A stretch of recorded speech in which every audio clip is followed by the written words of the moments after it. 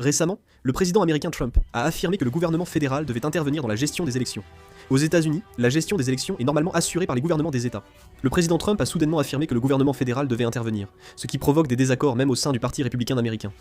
Aujourd'hui, nous allons examiner ce sujet de plus près.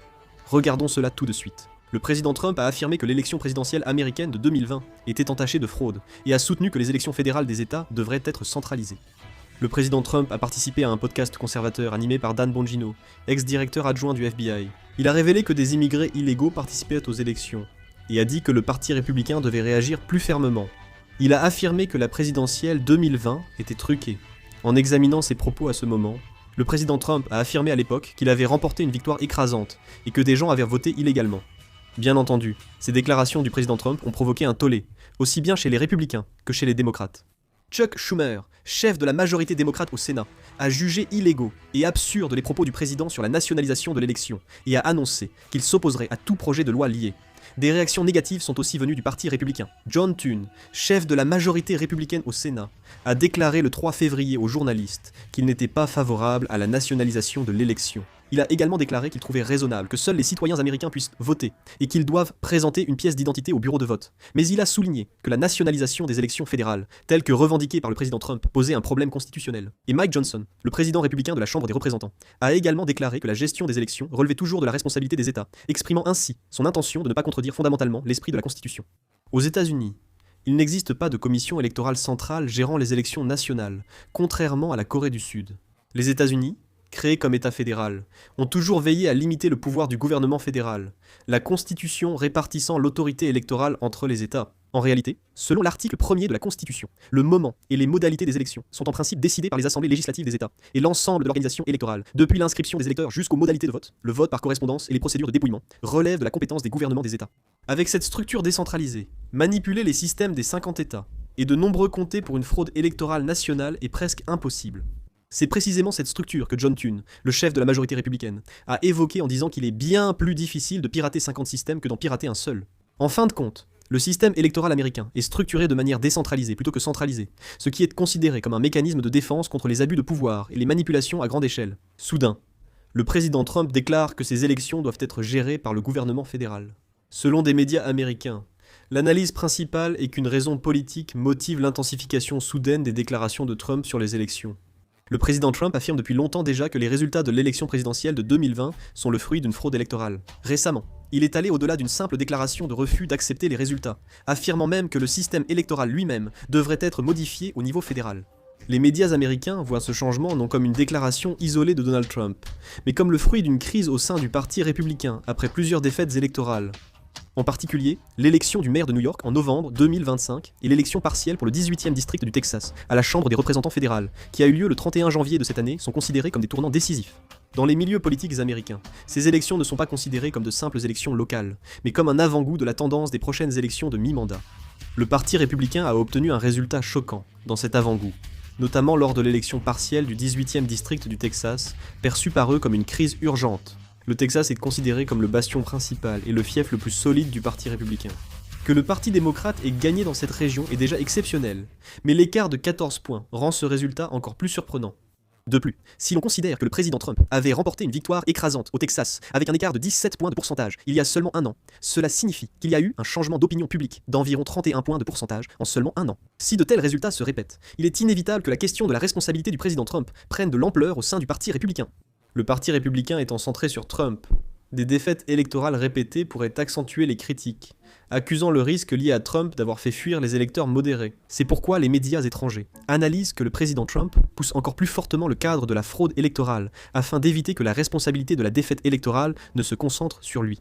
En affirmant que la raison de la défaite électorale n'est pas un échec stratégique ou une perte du soutien populaire, mais que l'élection elle-même a été truquée, il peut ainsi éviter d'être tenu pour responsable. Ce cadre rassemble aussi la base de soutien, car au lieu de reconnaître la défaite, les partisans s'unissent autour du sentiment d'être des victimes.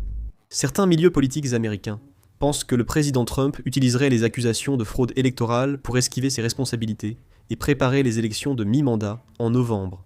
Dans la situation actuelle, si le président Trump perd les élections de mi-mandat, il y a de fortes chances que l'élan politique qu'il a maintenu jusqu'à présent soit paralysé.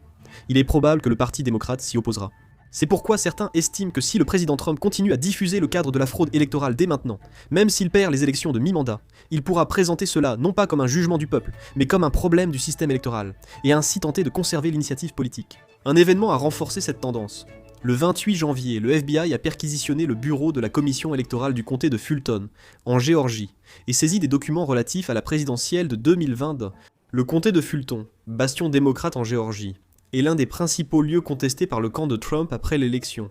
Mais le fait que Tulsi Gabbard, la directrice du renseignement national supervisant toutes les agences de renseignement américaines, soit apparue en personne sur les lieux de la perquisition a provoqué une grande onde de choc. Le directeur du renseignement national supervise toute la communauté du renseignement américaine, dont la CIA et la NSA. La présence d'une telle personnalité lors de la perquisition de la commission électorale est jugée très inhabituelle. Le New York Times rapporte aussi qu'il a eu une conversation téléphonique en haut-parleur avec le président Trump, en présence des agents du FBI. Si cela s'avère vrai, l'enquête électorale ne pourra qu'apparaître comme étant directement liée au pouvoir politique, et il y a de fortes chances que cela conduise à une controverse sur la neutralité politique de l'institution, un principe que les États-Unis ont toujours mis en avant. Au final, l'intensification des propos du président Trump est de plus en plus interprétée comme étant liée à l'accumulation récente des défaites électorales du Parti républicain, et au sentiment de crise politique à l'approche des élections de mi-mandat.